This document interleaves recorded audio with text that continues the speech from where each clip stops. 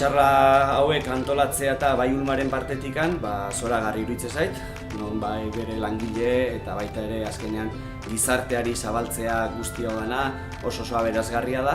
Eta noski, gure aldetikan egia esan bizitza estilo hauek bultzatzen dituen heinean, gizartean bultzatzea ere bai oso komenigarria ikusten dugu. Martxa nordikoa azken finean ibiltzearen ezaugarri guztiak ditu, gertatzen dena da ibiltzen garenean besoak eta jaiaz ditugula mugitzen.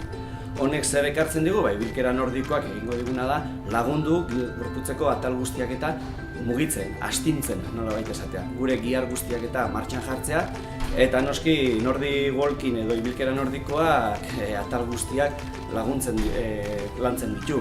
Indar alde batetikan, sistema kardiobaskularra eta guzti honekin jendearen osasunari puntu bat gehiago emango dio.